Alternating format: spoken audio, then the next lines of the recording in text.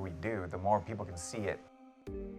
To combine the animal world and filmmaking, yeah, it would be an ultimate dream at the end of the day.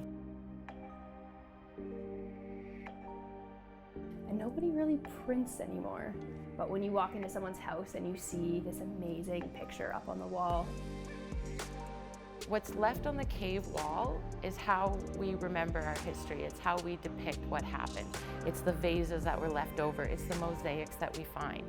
That's how we know what was in fashion. That's how we know what the materials they were using to paint, to sculpt.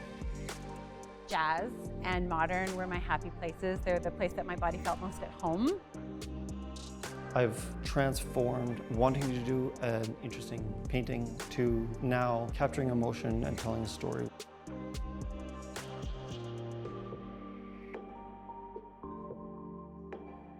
The reality that I'm not as fast as I want to be. I spent easily 240 hours trying to do some animation, and even that much time was nowhere near enough.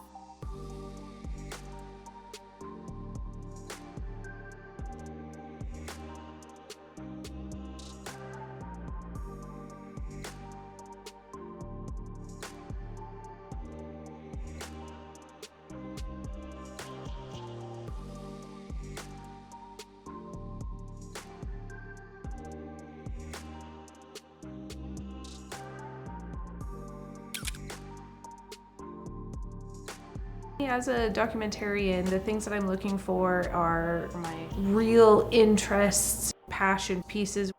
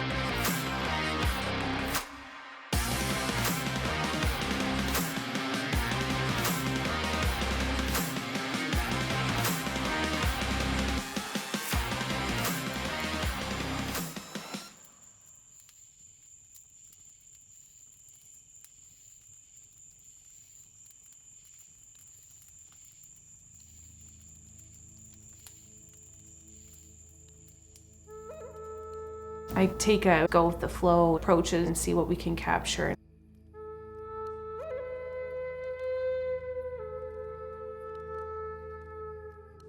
My name is Daryl Hogan, and I work as a veterinarian technologist full-time, and in my spare time I like to work in film production. Right now I'm working on one documentary and one narrative. I have volunteered on a few different films as interns. Sometimes it's kind of interesting to see how other directors work and how they run their production. My first toe dip into filmmaking was in junior high school when I just first moved to Grande Prairie. I was born and raised in Dawson Creek, British Columbia. I've always had an interest in filmmaking. And then eventually moving to Grande Prairie when technology was developing and we had more access to camcorders. It was more accessible to start making films. So I took advantage of that and just started making films with my family.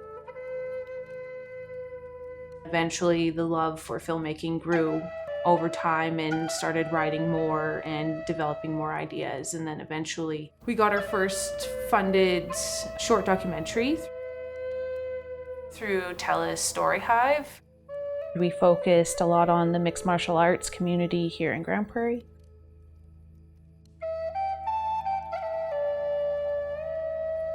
In the last few years, I have been working on some documentaries. To work on documentaries and work on narrative films is a completely different skill set.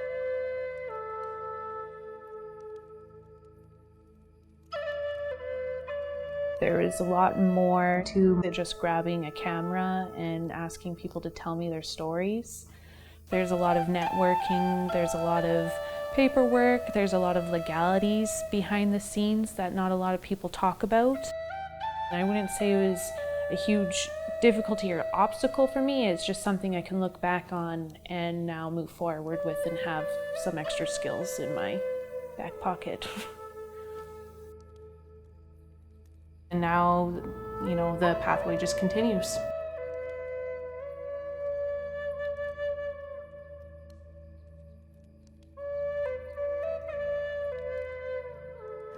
I had the luxury of making 2 short films in the Grand Prairie Regional College video introduction course. One was called Pancake Sunday and one was Joyless.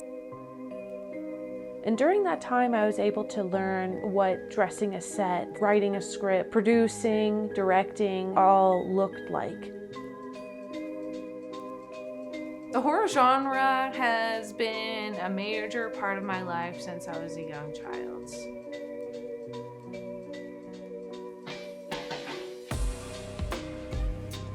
It's one genre that I always go back to, and it could be horrible, it could be great, it could be badly written, you can have the worst actors or actresses in it, but it's always fantastic. My first scare was Freddy Krueger because he lived in the boiler room, and I remember seeing a red light down a hallway and I thought Freddy was in there. It keeps me on my toes. It makes me question things. But the other thing with modern horror now is you can also add in real life complications or problems or societal issues underneath the story.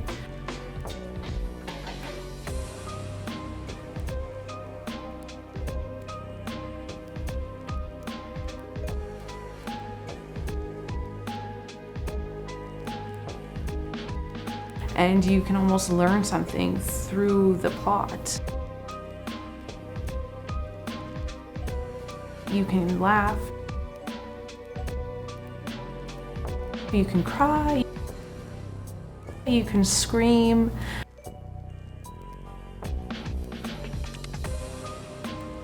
It's an important genre, and a lot of people, put it under the rug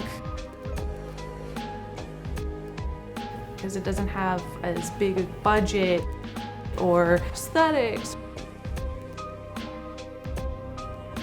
or special effects makeup or the best directors, but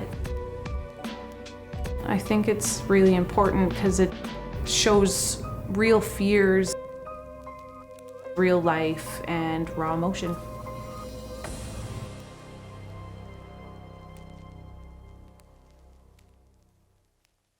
There's so many opportunities to learn right now because everyone is taking to online courses or online meetings, and I've been trying to take as much advantage as I can during this time to learn more skills.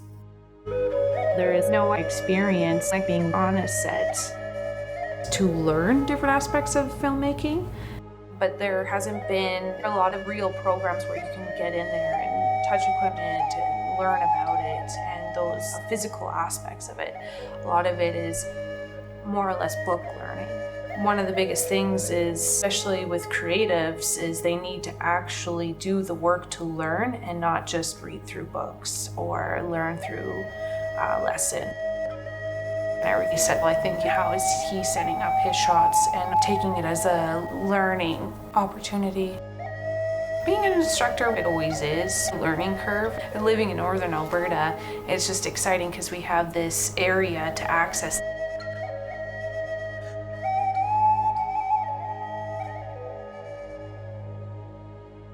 And there's not a lot of competition, and it's nice to bring in others, especially youth, to teach them. I find that youth are a little bit more shy or conservative with learning artistic abilities, because a lot what I have found in my experience is, you're told to go to university and become a doctor or a lawyer or something that will make you money, and it's not really pushed to be creative. I feel it's a huge importance to always be mentoring and teaching others about filmmaking. We're kind of remote, we're distant from one another, so there's a lot of limitations there, and because we're in Grand Prairie, we're in northern Alberta, our resources are very, very limited. And it's difficult if you're trying to move out into this career. You know, we don't have rentals as much as other people. We don't even have film accountants here. You know, we have to kind of outsource into other cities, sometimes even for crew members, because there isn't a lot of people here. When people go to school or move into this career, sometimes they leave and go elsewhere, Vancouver, Toronto, even Calgary. We're losing that skill base here, and it's only going to grow if we have more people learning those skills here. And there's a lot of restrictions that we do have to fight through to get some things made, but I think that's one of the benefits for anyone living in northern Alberta is we kind of have to work a little bit harder to get those projects made, and in the long run it's worthwhile.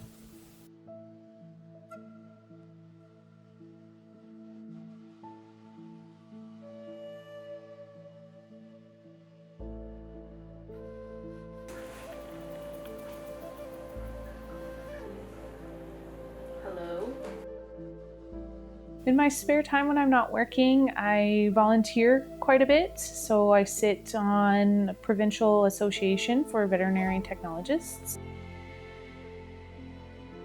the ABVTA. I also volunteer for Wild North for rescuing wild animals. I volunteered with the Spay and Neuter Task Force.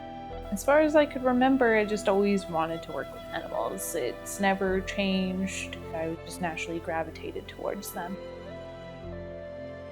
I decided to pursue my career even further and to be a veterinary technologist.